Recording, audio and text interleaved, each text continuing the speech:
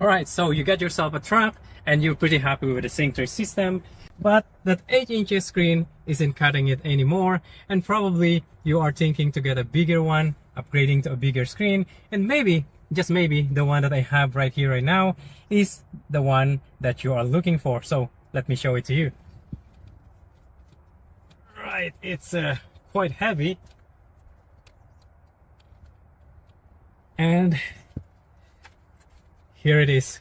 This is 12-inch screen, so that's gonna be 8 to 12. I know what you're thinking, just saying that, hey, that's only 4 inches, that's not gonna make a big difference. But let me prove it to you. This is the stock 8-inch screen, and this is my Asian hand. Not too small, not too big, it's just a regular Asian size hand. And can you see that I can almost cover the entire 8-inch screen with my Asian hand? And this is the 12-inch screen right there. Can you see the difference? That's a big difference. Now that I got your attention, don't just swipe out yet. Keep watching if you want to see the step-by-step installation of this 12-inch screen from CarABC.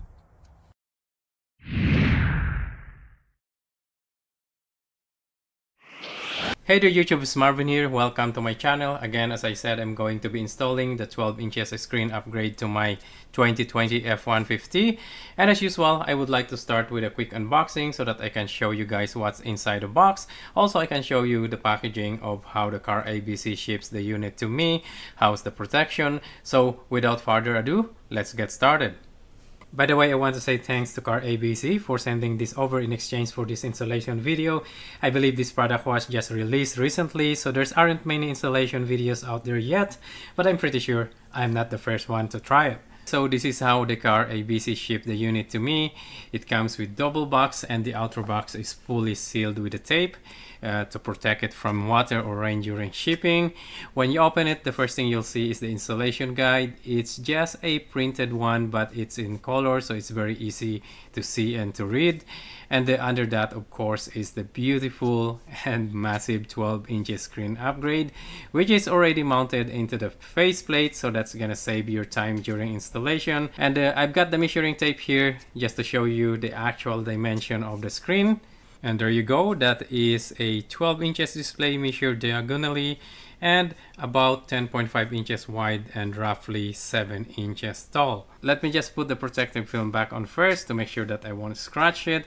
And of course, all the parts that you need for installation are in the box as well. So let's take everything out and go through them quickly. Here we have the bottom left and right panels. It also comes with a cover in case your truck doesn't have a trailer brake assist controller. We also get the faceplate for either automatic and manual AC, a couple plastic pry tools, the wiring harness, and the metal frames. Alright, so let's get inside the truck and start the installation. Well, first of all, when I'm working, I like to have lots of room. So what I'm gonna do, I'm gonna move the shifter back all the way to the manual mode. So to do that, you just have to remove this tray in the center console.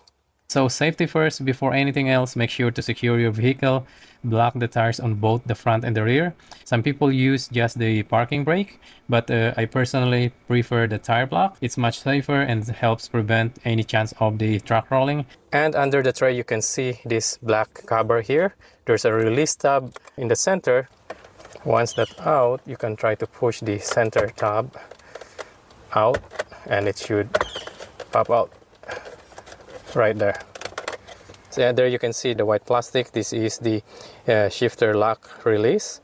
So all you have to do is, again, use the pry tools, whatever you have, and push it down and hold it there, and then press the release of the shifter, and you can move the shifter all the way back, and that's it. When you do this, you will feel that the truck will jerk slightly when it passes to the neutral position, which is normal. Now to put it back to the park, all you have to do is to press the release and push the shifter back to the park position. Right, so I'm gonna pull it back all the way to the manual mode again. As you can see, I have lots of room when pulling the stereo out. By the way, you don't really have to do this. It's doable even the shifter is in the park position. But again, I just like to have more room while I'm working, so I think it's a good idea. So the first step is to remove the bolt. There's two 7mm bolt inside under this plastic. There is a slot right here and right here in the corner. So using the pry tool, I am going to insert right there. Now under this cover there are 3 white retainer clips, and then you're gonna use another pry tool to just have to push that, and you guys hear the click, and then we're gonna release the one in the center as well. There you go. This part here should pop up. Last one in the corner. There you go. So that's how easy it is. So what you have to do, this plastic retainer here, you just have to push it while trying to pull the cover out, and then it will pop right out. So now we're going to use the 7mm socket to remove the 2 bolts. And the other one.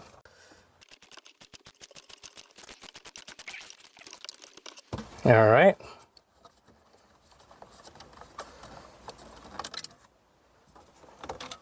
All right, so that's the 2 7mm bolt that we have to remove. So now I'm going to try to yank it towards me.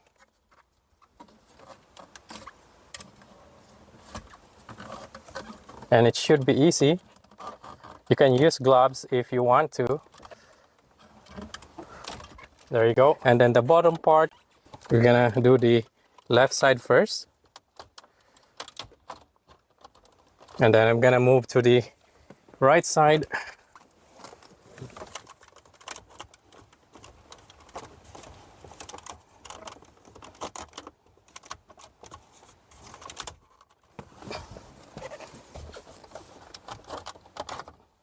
It's out, and you have to be careful. There's a wire connected at the back, and behind this part here also there's 2 wires that is connected. You guys can see that the wires are long enough to move the whole thing forward, and there you can see as well the advantage of moving the shifter back to all the way to the manual position. Now I have lots of room. If I didn't move that, the shifter was here, so it's kind of like awkward. And also using the towel, you are sure that you're not scratching anything.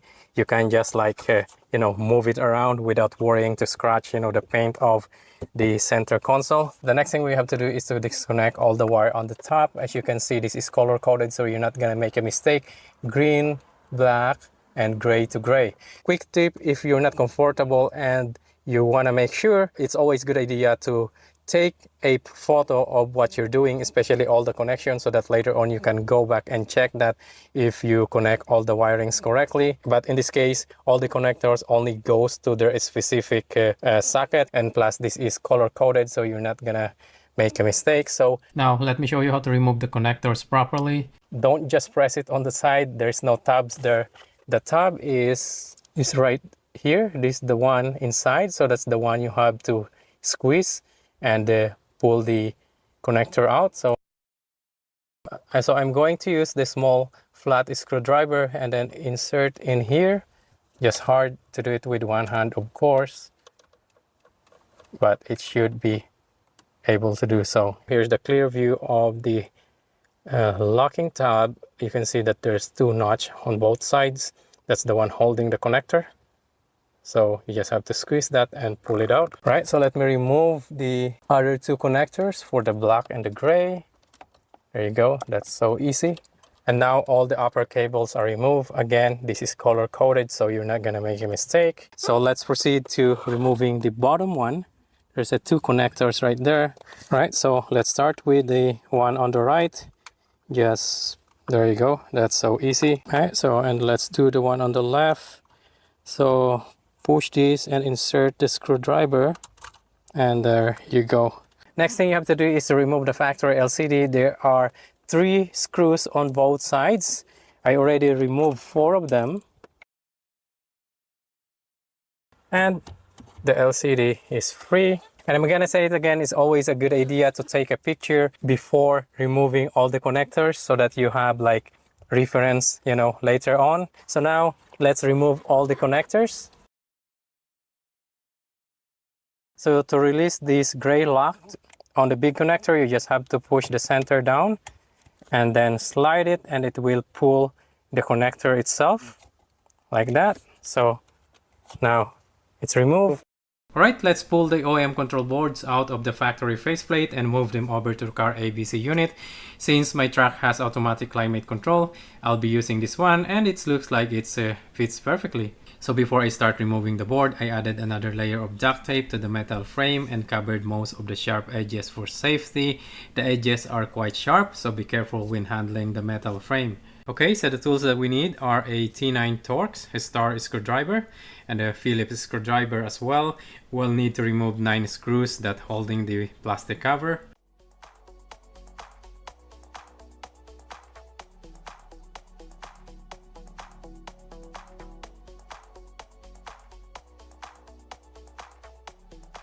Now we need to remove 4 screws that holds the upper board and another 6 screws for the bottom board using the same T9 Torx screwdriver. Don't worry about remembering all the screws because we'll be using the supplied screws from the CarABC units when we move it to the new faceplate.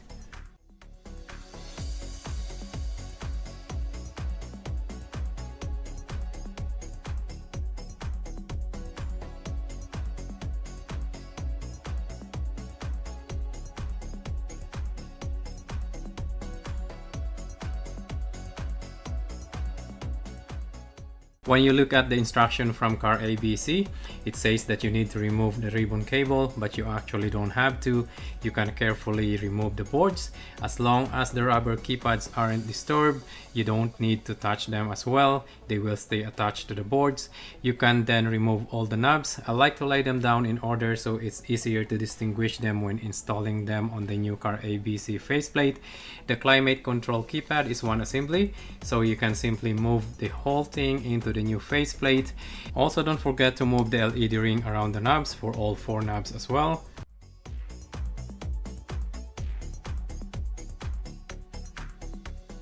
There are different lengths of screws supplied, so make sure to follow the instruction when placing them. You don't want to accidentally use a long screw where a short one should go, as it could poke through and damage the faceplate.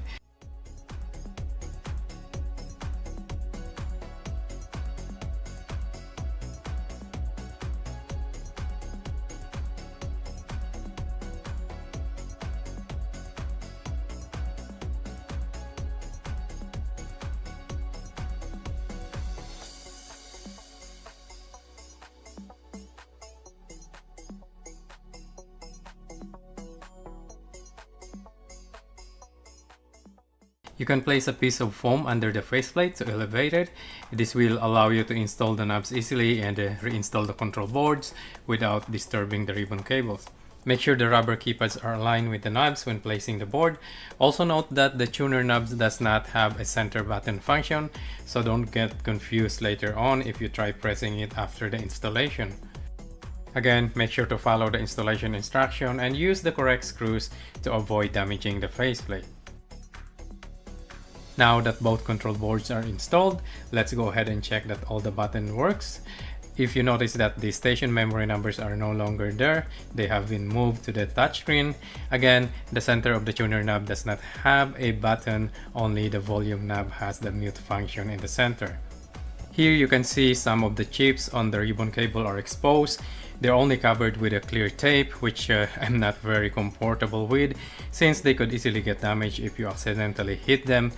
CarABC included some special electrical tape, so I'm just going to cover them up for a bit of extra protection.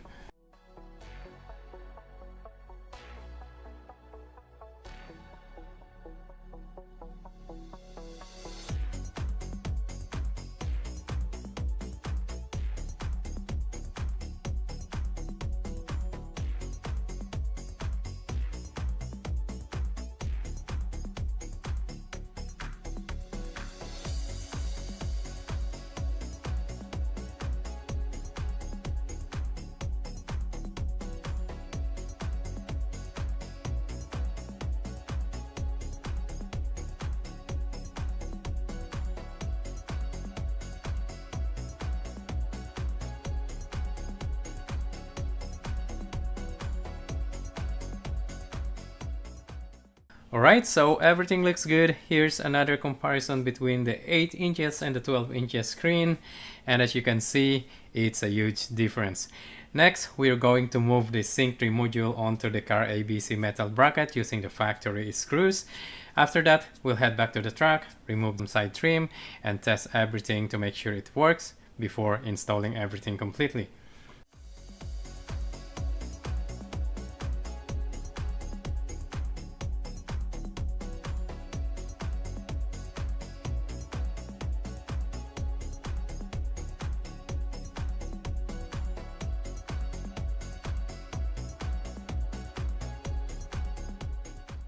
Right, so we're back in the truck. Before we remove the side panels, we need to take out this screw on the lower panel of the center console on the driver's side. On the passenger side, there is no screw, just a plastic fastener holding the panel in place. We don't need to remove the panels completely, we just need to loosen them enough to create some space. As you can see, there's a bit of overhang here, so if the bottom panel isn't loosened, the side panel won't come off. Next, using the plastic pry tool that CarABC supplied, we can remove the center console panel. Once that's off, we should be able to remove both side faceplate.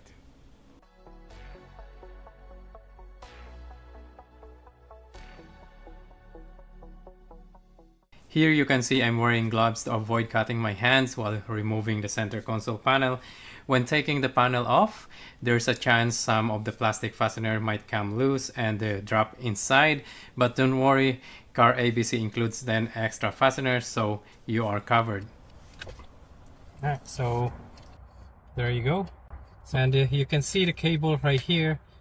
The bottom one is the green one, and there's a mark right there that it goes here, also green, and the one without the mark, that's gonna go on the top. Again, if you want to make sure that you're not gonna make a mistake, just take a photo, you know, like for your reference later on when putting them back together. So I think it's a good idea. That's what I'm gonna do. There we go. It's so easy. Also, there's two cables behind it. There you go. Take that off as well. There you go. Alright, so this wire here, I'm just gonna tuck this one in. This is the last one that I'm going to reconnect. So what we have here is the blue wire. I believe this is the antenna, and then the USB, and this one is for the automatic climate control. So here is the Sync 3. The antenna should go back here, right, and as well as the USB. Okay, this way I guess. Oh yeah. And then this wire here, the single cable, is also color coded, so the other end is gonna go to the CarABC 12 inches screen, and the other end, the blue one, gonna go to our Sync 3. Let's see which way is that. It's like that. You hear the click, it means it's properly in and secured. Right, so the white one gonna go to the CarABC unit, and this one I believe if you have probably like extra camera, right, and this is the USB cable for the update if you want to update the firmware later, so you have to put it somewhere accessible. This end here is gonna go to the truck harness. Here, this way, or that's a different, this way, like that. Again, you don't have to push it, you just have to slide this locking tab in, and then it's gonna pull itself in, right? And the other end is gonna go into the Sync 3 module. The same thing, you just have to pull the tab in, it will pull itself in the connector. All right, so that's it. And the other end of the cable, the single cable, again, it's going to the CarABC unit. All right, so just make sure that none of the wire are pinched. Just like that. And you can either use the screw that's supplied by CarABC. Me, I'm just gonna use the OEM one. Just to show you that you have a lot of space here to work with the wires, and the other end of the USB cable is already inside my glove box, so I can just close it like that. And then again, if ever I need to update the firmware, I know that the USB port is inside my glove box, so that is really easy for me to remember. And these are the only two cables that we have to connect to CarABC unit. Right, so we're gonna connect the single one, the long cable first. Right, again, you hear the click, that is secure. And the white one right there, I hear the click as well. All right, so we're just gonna tuck this inside. And the last thing is the connector for the automatic AC, climate control, click, and another, hear the click right there. You guys can see it's very simple, only two connectors that goes to the CarABC unit, and the others are for the automatic climate control. So that's really simple. And this cable here for the switches on the top for the traction and the hazard light, that's gonna be the last thing I'm going to install. So oops, before I forget, I have to pop that cover off because I have 3 switches on the top. I forgot to remove this, so I have to remove that first. Alright, so before I snap the whole assembly in, I'm going to install the switches on the top first. So that is gonna be, that's the green one, this is the gray,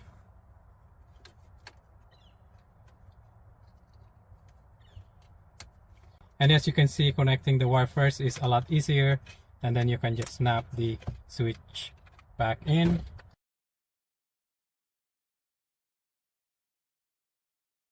Right, so before we install the whole unit completely, we have to make sure that it's going to work. So right now it's just sitting there. The top one is already snapped in, but I can just like pry that out again. Right, so I got my key fob here. Let's fire it up for the first time, and let's see what we get. Okay, all the lights are on.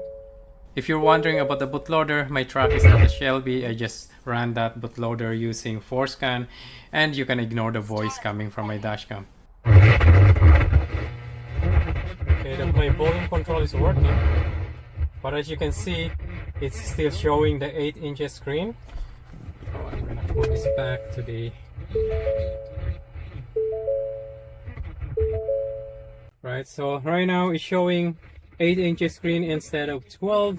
So it says here if the boot screen is displaying the US size, well, it is either we have to reconnect it from the back of the sync tree, but you have to remember not to restart the car screen using the car ignition switch. You need to disconnect and reconnect the plug to restart it. Alright, so what I'm gonna do, I'm going to unscrew the bracket so that I can access the back of the sync tree, and then try to disconnect the cable from there. Right, so I unscrew the bracket that's holding the sync tree, and that's the connector right there. That's what I'm going to disconnect and reconnect, and let's see what happens. Right, so I'm gonna try to disconnect it here now. See what's gonna happen.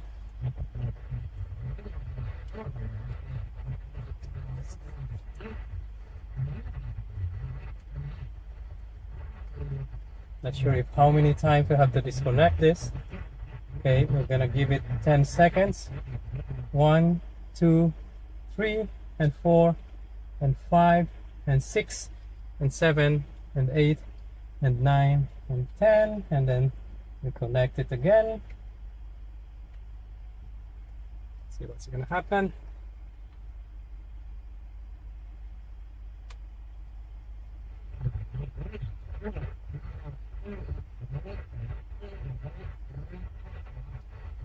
On. So this one here.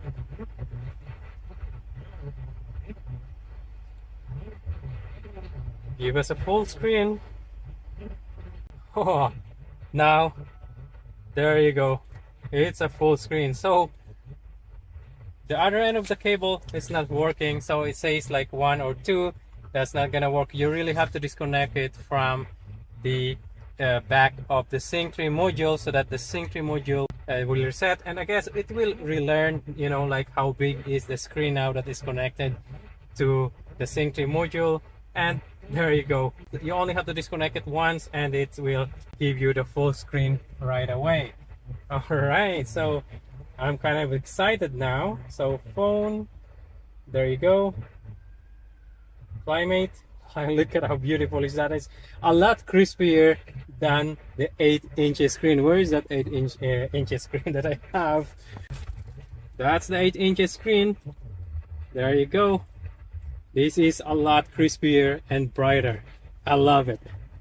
Right, so now that everything works fine, so let's put everything back.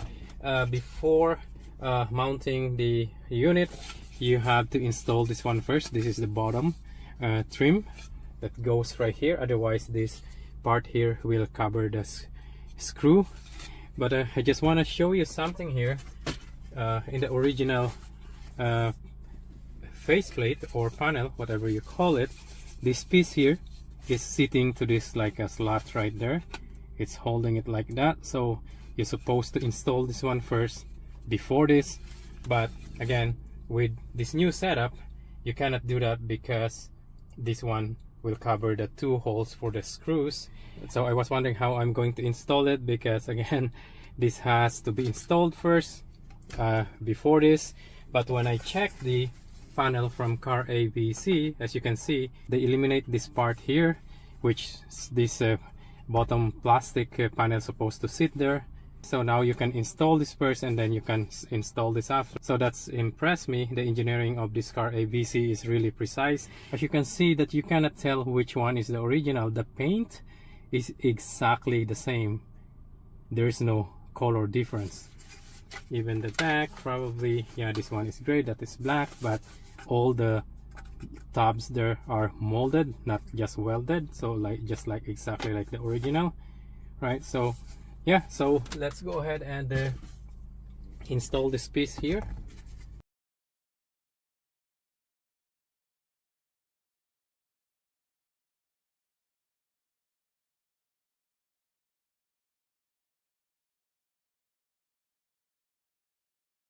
Right, so because of the angle of the bezel, this actually the top portion is a lot higher, so this one is hitting it. So like I really have to take this off so that I can put the screw inside and then put this back in. So I have to pry this off just like that, and there's another 2 7mm screws to remove so that we can remove the whole thing up. I noticed when installing this back, these 3 tabs right here, you lose that slot that's holding the 3 tabs. The CarABC doesn't have that anymore, so this one is just gonna be hanging there. I'm just worried about like probably it will make a rattling noise while driving, but I think like once you put the through screw back here, this one is not gonna make any noise. It's gonna hold it properly right there. Right, so that is tight. Let's check. Yeah, I don't think that's gonna make a noise. Alright, so but it would be nice if a CarABC also like make this as exactly like this, you know, like I guess they missed that part, but yeah, so it seems working fine. So let's put the cover back on, just like that. Right, now time to move the 12 volts and the 110 volts AC that's gonna go in here, and then also the trailer brake assist controller knob.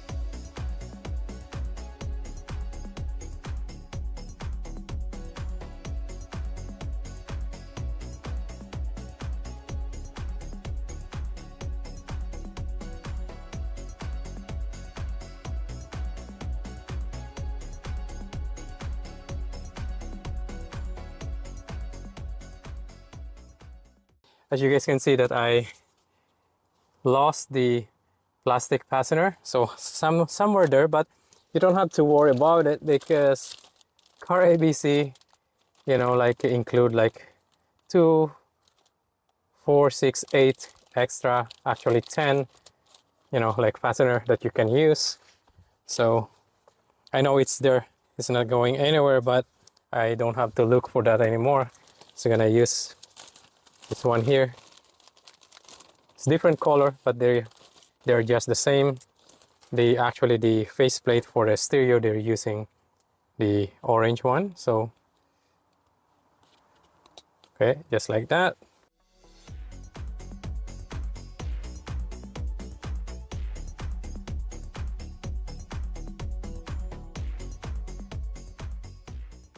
So alright, so the last thing that we have to put back is the center console panel. Let's move the angle of the camera. Right, so you just have to make sure that the fastener in the front on both sides are in, and then just by pushing it like that, then should be good now.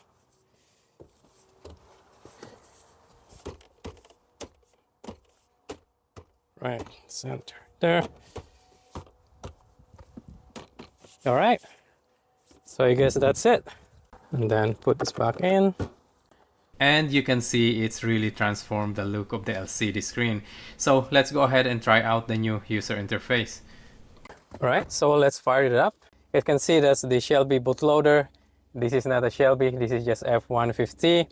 I just did that with a ForceCon. And there you go, you can see now it's a different user interface. So this is like a copy of the Lincoln Navigator. That's what you guys seeing right there.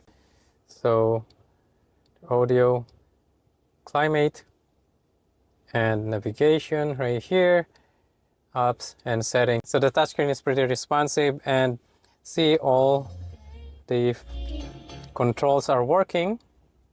Okay, our tuner right here, 103.5, and then the mute is working as well, and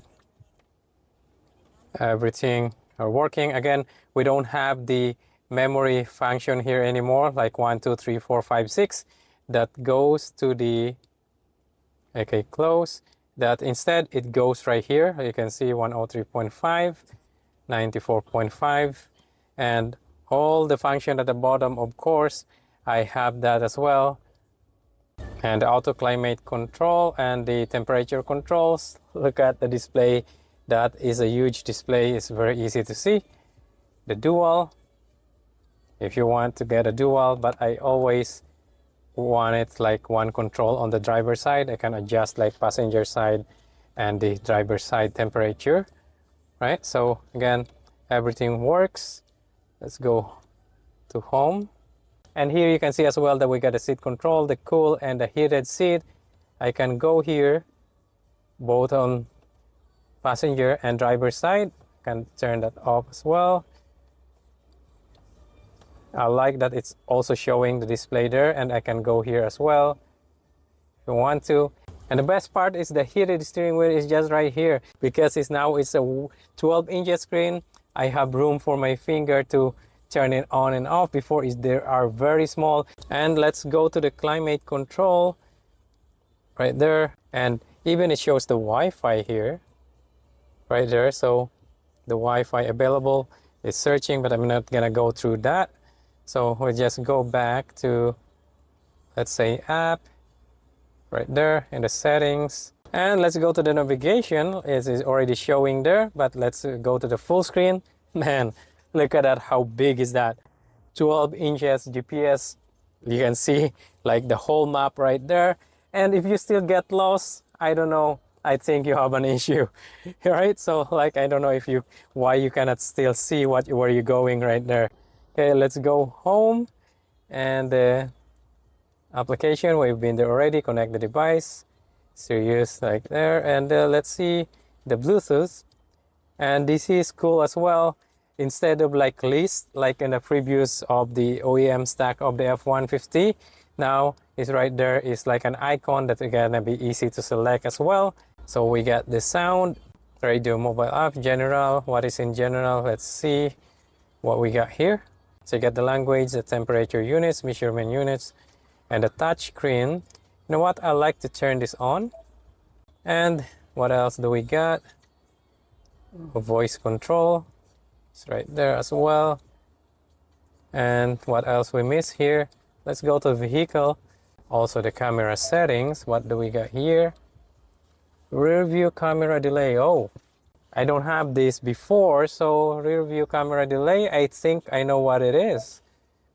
All right, so let's try it. Let's turn this off first, actually, because I haven't shown you guys the reverse camera. Look at that, how clear is that?